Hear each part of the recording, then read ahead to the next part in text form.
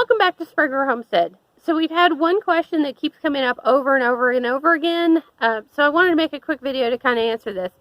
And that is, how can people that are interested in raising meat rabbits find rabbit meat to try before they commit? So I think this is really smart.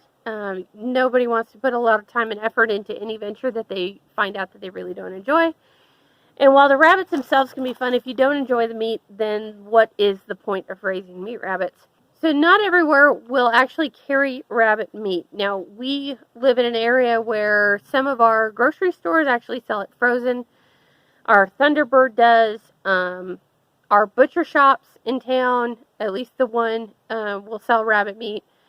So we have access to it if we were to need to buy some. And that's what I usually tell people that contact me that are interested. I usually tell them go down and buy some and see what you think of it first. That's not the only places. When we lived in Mississippi before we started doing rabbits, we actually bought some of ours at Whole Foods.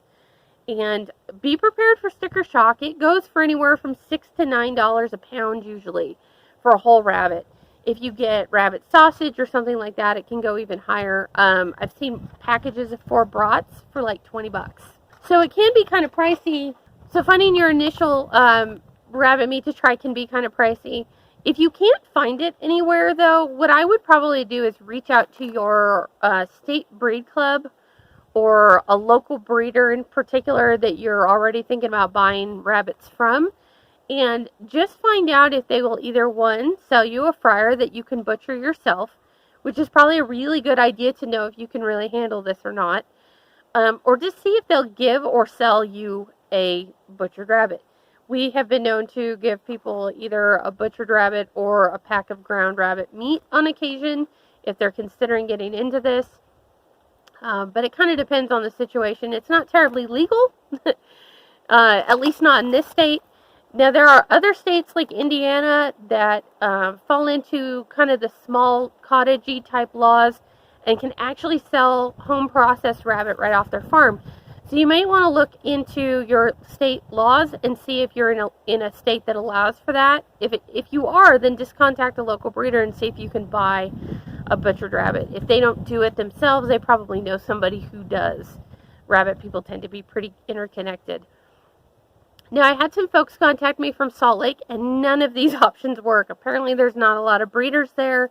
It's not legal to sell home processed, and they contacted every store and butcher shop within like 100 miles and couldn't find anybody.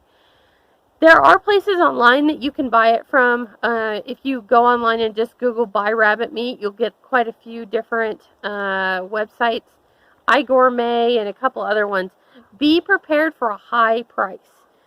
And when I say high price, I have seen some of these that are like $45 a rabbit for a whole 3.5 pound rabbit. So it is kind of expensive, but you kind of have to weigh the pros and cons of it. Are you going to spend a lot of money on the front end for it?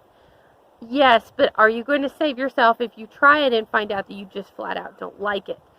So it is going to be kind of worth the investment, even if it's kind of pricey.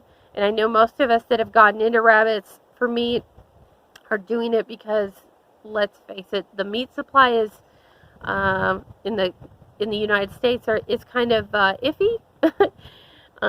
We see a lot of salmonella and different outbreaks. So a lot of us are getting into it, one, because meat's getting expensive, but you can't always trust what you're getting from the grocery store either. So while it could be kind of expensive, it's worth giving it a shot. So I would check those things out. Now, the other thing I've had people asking me is, how do you cook it? What are good recipes? And if you've watched us for any length of time, you know I am working on a rabbit cookbook. We had hoped to have it out last fall, and it didn't quite pan out. I'm hoping to have it out this fall. Keep your fingers crossed for me. It's what I'm finding is writing a book takes a lot more effort than I would have thought. Who'd have thunk it? But basically, rabbit can be substituted in for any chicken recipe. The thing you have to know about cooking rabbit is it's extremely lean. So just like really lean turkey or really lean chicken, you need to compensate for that when you cook it with sauces or some other kind of fat. Marinades that are oil-based work really, really well in rabbits. Barbecue sauce, that kind of stuff. Anything that can help keep the meat moist foil packets, that kind of stuff really does pretty nice too. When we first started out, we would crock pot a rabbit every week, shred the meat, and use it in all kinds of stuff. Enchiladas, burritos, pulled barbecue sandwiches, that kind of stuff. So I hope that answers the question of, how do I get my hands on some rabbit meat and what do I do with it when I do? If you have other questions, leave them down in the comments. I would be happy to get back to you. That is it for today from Sprague or Homestead. Happy homesteading, and we will see you next time.